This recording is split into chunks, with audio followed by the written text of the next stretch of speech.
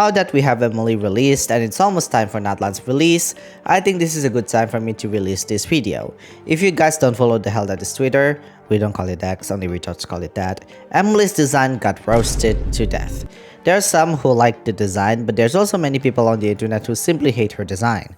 I just want to get this out of the way. If you like Emilie's design, whatever which one that is, that's fine. Keep what you like, everyone has their own preferences. But to me, I personally find the hate towards Emilie not justified.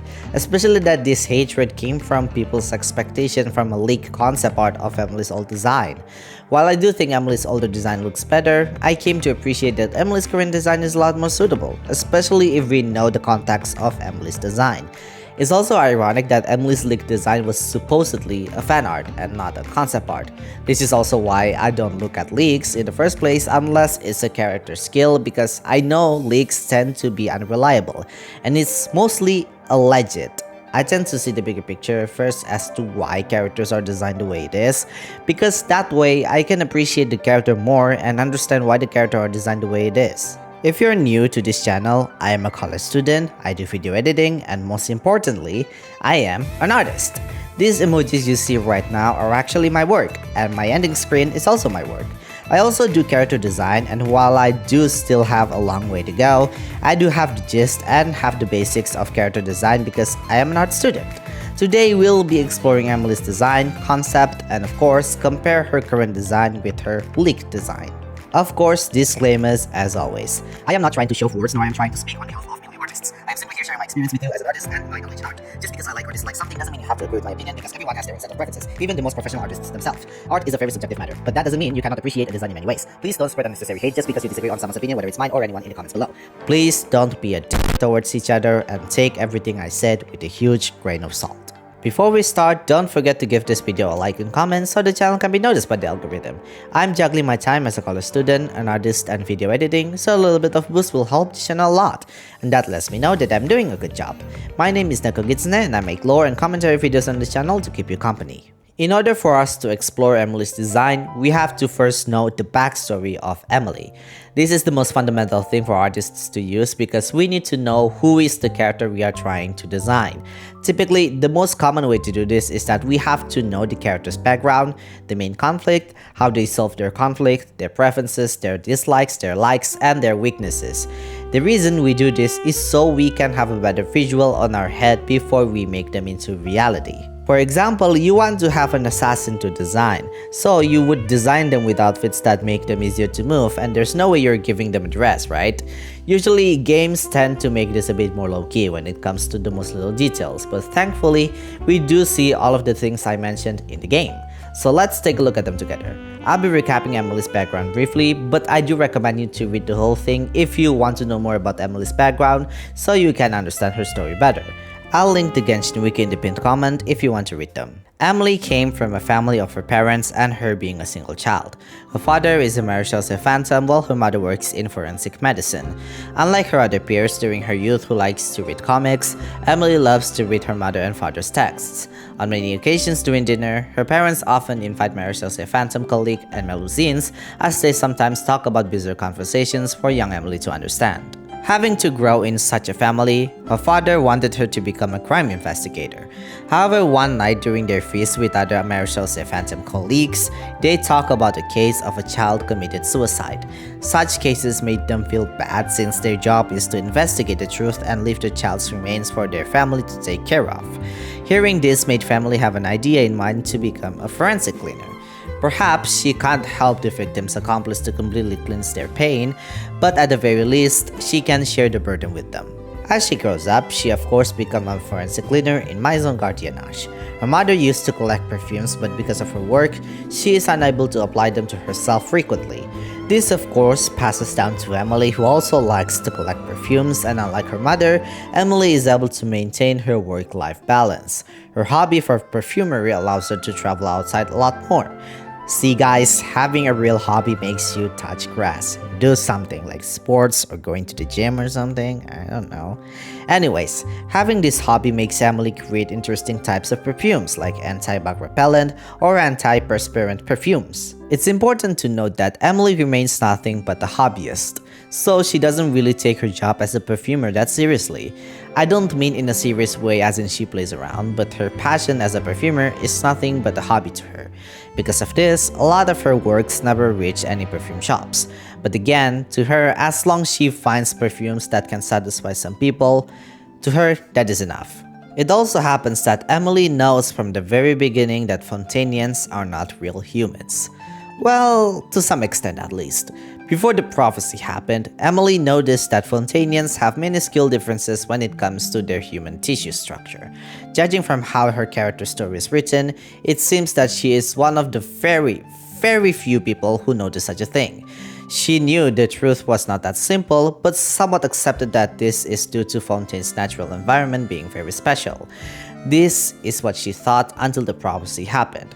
After the prophecy came to pass, during a few of her cleanup commissions, Emilie noticed that these minuscule differences were suddenly gone, as if they never existed. Judging from her story, it is evident that Emilie was not present during Farina's trial.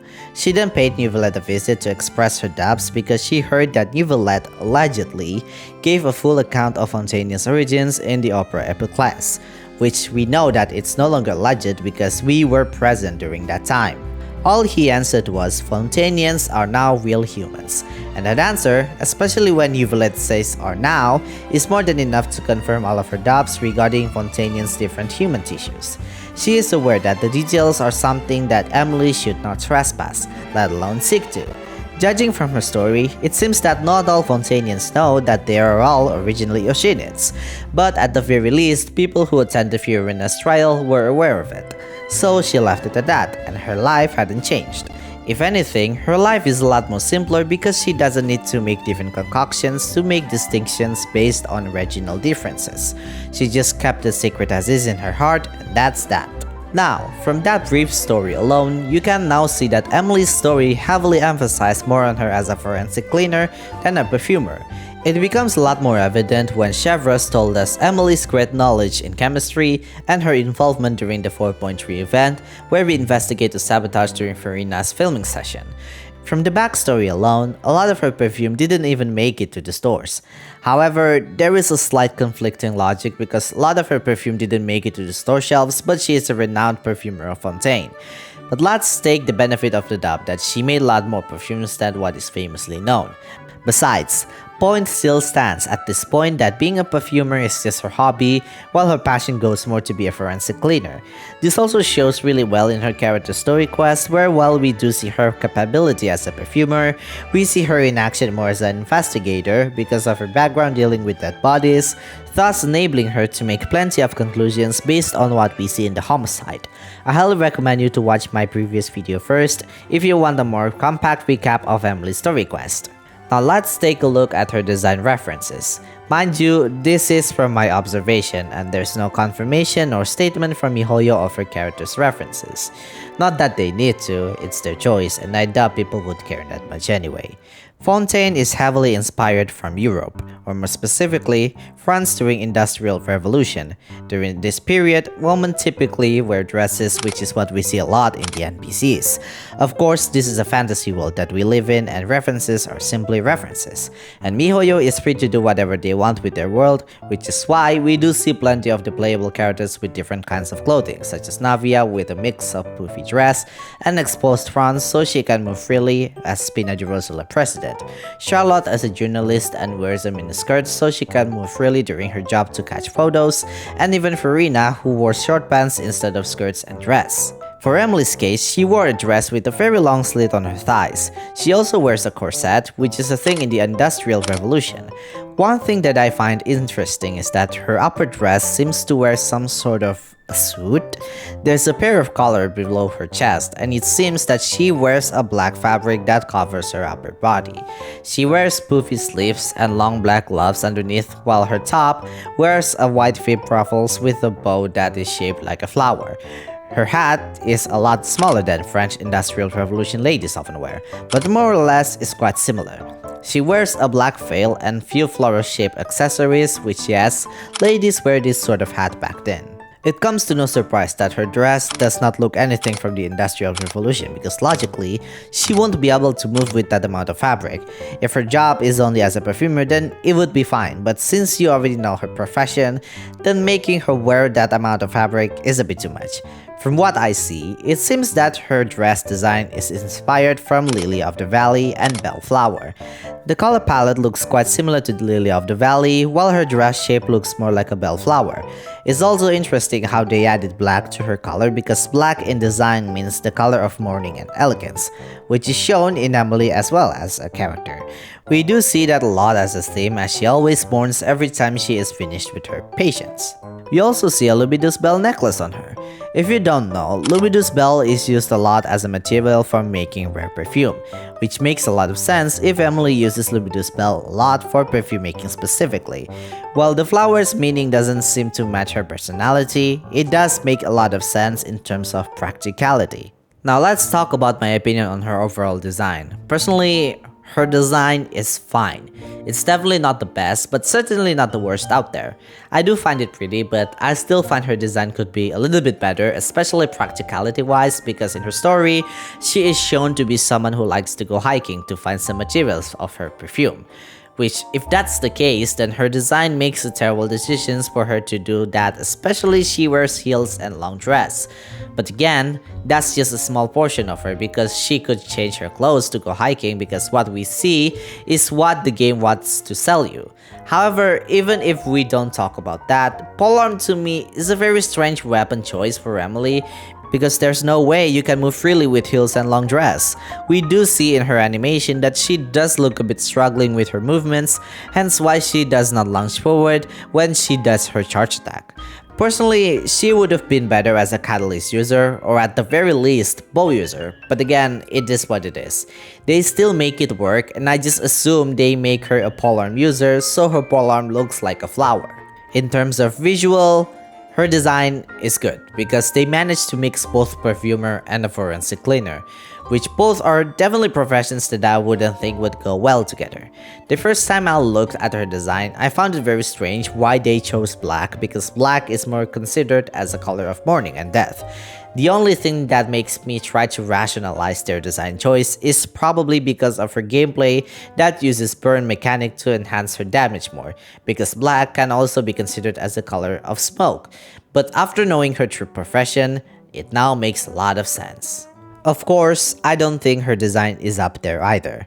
There are certainly things that can be fixed. The easiest fix would be change the color of the yellow flower because it's very distracting and not in a good way either because it steals your eyesight to something that needs to be shown more, and that's her face. If you know the term hierarchy, we do use this kind of term in design as well, and just like the name, it's basically the term we use to see which part of the design dominates or catches our eye the most. Each person has their own set of hierarchy when they look at design, and to me, personally, her face is the first thing that dominates while the yellow flower is the second thing that catches my eye. If they change the color to green or gold, then it would be fine. Technically speaking, you don't want too many colors in a design anyway. Emilie already has plenty of colors in her, that being blonde hair, green, and gold. Of course black and white too, but generally speaking black and white goes well with anything. They also added purple from the Lumidu's Bell, which is already enough for accent color already. But then they added yellow, which adds too much color already despite being an accent color, and yellow is a very bright color to begin with, hence stealing your attention. But honestly, if you want my more honest approach, then they could have just removed the bib and she would look fine. We do see her without her bib, and to me, she looks a lot better without it. To me, while details are great, sometimes too much detail is not a good thing. There's a saying that less is more, and in a lot of cases, this is a better way to see it. Genshin's design tends to be detailed, but even without her bib, her design is already super detailed to begin with. Now let's compare her design with the leaked design. Before I continue, this is the reason why I always say on my disclaimer, please don't comment anything about leaked content, because simply they're not confirmed information. Even though yes, some may say it's confirmed by a trusted leaker, it's still a he says she says situation, and you definitely don't want to get your expectations too high because of a leaked content. This reminds me of Sethos and Gaming's situation because they looked nothing like their leaked design and they were confirmed to be true. Heck, we don't even know if the concept art is an official Genshin Impact concept art or not because it could be fan-made and it's still a he say, she say. But anyways, that's irrelevant for this topic. Now let's compare Emilie's design. To me, visually, her leaked design is better because it's more than likely to create a shape of a perfume bottle, and her color is more likely a reference from a lavender, which also a flower that is often being used for perfume. It's also a lot more practical for moving, especially that her front is exposed, so for her to use polearm in this makes sense. If this were the vinyl design, then I would commend them for using purple for a Dendro character because as you all know by now, if you do touch some grass, plants are not always green. Dendro is probably the only element that has the most potential when it comes to character design because they can form with any color they want and they will still make sense to look like a Dendro character. In this case, Emilie's leaked design showed this perfectly because perfumes are mostly made from plants anyway and her design that is shaped like a perfume bottle from behind is a smart choice. However, after knowing her background, her current design fits her a lot more. Because imagine this, you are a forensic cleaner and you showed up to your workplace wearing a rather bright and elegant looking dress with extremely exposed thighs. I mean, not that her current design fits better anyway, but we are living in a fantasy world right now and hazmat suits do not exist in Teyvat. Teyvat has its own rules and we are just following them. Anyways, she also tends to mourn people after she is done with her patients. Emilie doing that while wearing such a bright dress is quite out of place to me. Like, can you imagine in this scene but her wearing a lavender outfit instead?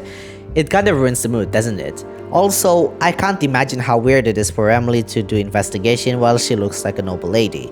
Because here's the thing, okay?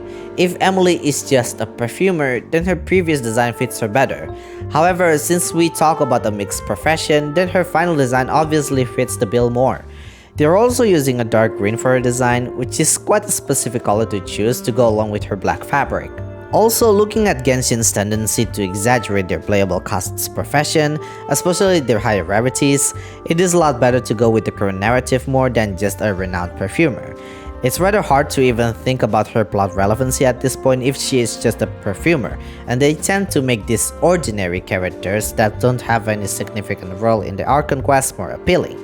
We see this with Chiori, who is a designer, but they managed to make her more interesting by making her as an intel for the Marechaussee Phantom. Same with Emilie.